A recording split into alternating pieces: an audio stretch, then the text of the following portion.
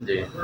कल की बैठक तो प्रारंभिक थी, इसलिए अभी तो आप 2-3 दिन मिलेंगे मुझसे। जी। फिर भी आप अगर कल की बात जानना चाहते हैं, सबसे पहले तो हम लोगों ने देखा कि जो ब्रॉन्ज का म्यूरल बना है, जो कि परकोटे में लगेगा लगभग 80 की संख्या, तो उसका एक म्यूरल लग गया है। तो उससे क्या क्या चीज़ें हमें सावधानी बरतनी है, क्योंकि उसका भी एक वज़न होता है ब्रॉन्ज का। तो उसको ध्यान में रख कर के कल निर्णय लिया गया कि जो कुल मिलाकर के अभी 10 ब्रॉन्ज के म्यूरल आ गए हैं अयोध्या में, तो उनको किस प्रकार से लगाया जाएगा। एक दूसरी महत्वपूर्ण बात जो हम लोगों ने कल देखा, कुछ जगहों पे हम लोगों ने देखा कि पत्थर में कमजोरी थी, तो उसको किस प्रकार से हमें मजबूती लाना है। और ऐसा प्रतीत होता है कि पत्थर की जो मोटाई है वो बढ़ करके होनी चाहिए। जिस मोटाई की हम लोगों ने वहाँ पत्थर लगाया वो कमज़ोर लगता है, तो कुछ जगहों पे हमें पत्थर हटा करके और दूसरे मकराना के पत्थर लगाने होंगे। एक यह भी निर्णय लिया गया कि किस प्रकार से जो 7 मंदिर हैं, सप्त मंदिर जिसे कहते हैं, उनकी किस प्रकार से मंदिरों की स्थापना होगी। तो सबसे पहला मंदिर जो है महर्षि वाल्मीकि का होगा, और वह तुरंत तत्काल जो मंदिर प्रवेश के पास मिलेगा वह महर्षि वाल्मीकि का होगा। और उसके बाद 7 मंदिर होंगे, और ठीक महर्षि वाल्मीकि के सामने 7वां मंदिर जो होगा वो अगस्त्य मुनि का होगा। इस बीच में बाकी 5 मंदिर भी होंगे जिनका निर्णय लिया गया है। ये इसलिए आवश्यक था, आप यूँ समझें कि हर एक ऋषि मुनि की किस प्रकार से अर्चना होगी, उनके श्रद्धालु जो उनमें विश्वास रखते हैं वो किस प्रकार आएंगे, इसको ध्यान में रख करके यह निर्णय लिया गया। और उसी क्रम में जो बीच में एक पानी का, आप यूँ समझें कि एक छोटा सा, बहुत छोटा सा तालाब जो है वह बीच में बनाया जाएगा, जिसका कि निर्णय भी ले लिया गया है। बाबू जी, तालाब का क्या वर्ग रहेगा रामलिंगा का? देखिए, ये इसका भी एक अपना महत्व होता है, इसलिए वो आवश्यक है कि वह इन मंदिरों के बीच में बनाया जाए। कुछ लोगों को इस प्रकार का भी विश्वास है कि वह वहाँ पर जल से पहले उपयोग करके, जल का उपयोग करके फिर वो अपने अपने विश्वास के ऋषियों का दर्शन करते हैं। एक कठिनाई आई थी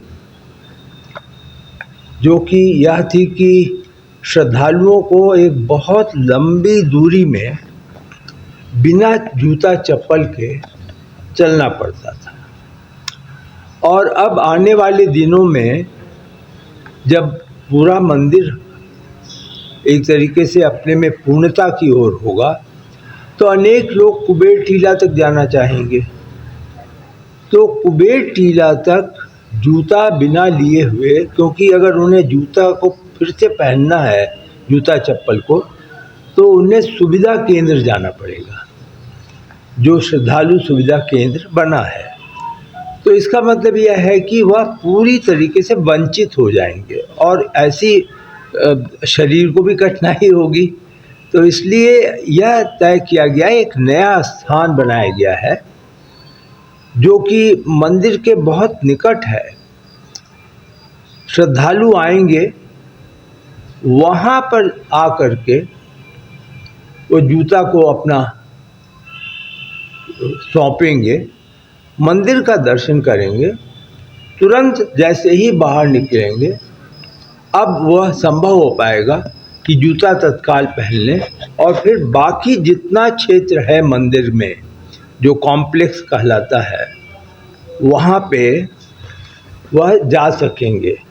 तो लगभग 6000 जोड़ों का जूता, 6000 से 10,000 जोड़ों का जूता की व्यवस्था की गई है और यह कार्य भी आने वाले 6 माह में पूर्ण किया जाएगा। तो एक नया भवन आप समझिए जिसका निर्माण किया जाए। बाबूजी एक अहम सवाल, जैसे श्री राम मंदिर में बहुत सारे ऋषि मुनियों का मंदिर बन रहा है, लेकिन जिन्होंने पुत्रेष्ठ यज्ञ किया था श्री सिंघी ऋषि, उनका क्या मंदिर बनाने का भी विचार ट्रस्ट कर रही है? नहीं, ऐसा नहीं है। अब तो जो भी मंदिर हैं उनका निर्णय लिया जा चुका है। भगवान राम से तो बहुत ऋषि मुनि जुड़े थे और अनेक लोगों ने राम पथ गमन में भी उनसे वो किया, प्राप्त किया। अनेक लोग अयोध्या में थे, तो यह संभव नहीं है कि हम सभी ऋषि मुनियों का यहाँ पर मंदिर का निर्माण कर सकें। भविष्य में उनके प्रति किस प्रकार सम्मान देना होगा ये न्यास अपनी बैठकों में पूरा करें। संग्रहालय वाला काम क्या है, कितना कर चुका है? संग्रहालय का कार्य जो है वह देखा जा रहा है। अभी मैं आने वाले 3 दिनों में जब यहाँ हूँ तो संग्रहालय का भी कार्य को हम देखेंगे। आप संग्रहालय को यूँ समझ करके चलें कि सबसे पहला इस प्रकार के संग्रहालय के लिए आवश्यकता होती है स्क्रिप्ट राइटिंग, यानी वहाँ पर हम क्या दिखा रहे हैं। तो स्क्रिप्ट राइटिंग का कार्य शुरू किया गया है कि हर गैलरी की स्क्रिप्ट क्या होगी। और अब जो हमारे संग्रहालय के टेक्निकल एक्सपर्ट हैं उनको चिन्हित कर लिया गया है और टेक्निकल एक्सपर्ट लोगों को सौंप दिया जाएगा यह स्क्रिप्ट। तो वो हमें ये बताएंगे कि उस स्क्रिप्ट को किस टेक्नोलॉजी से दिखाया जाए।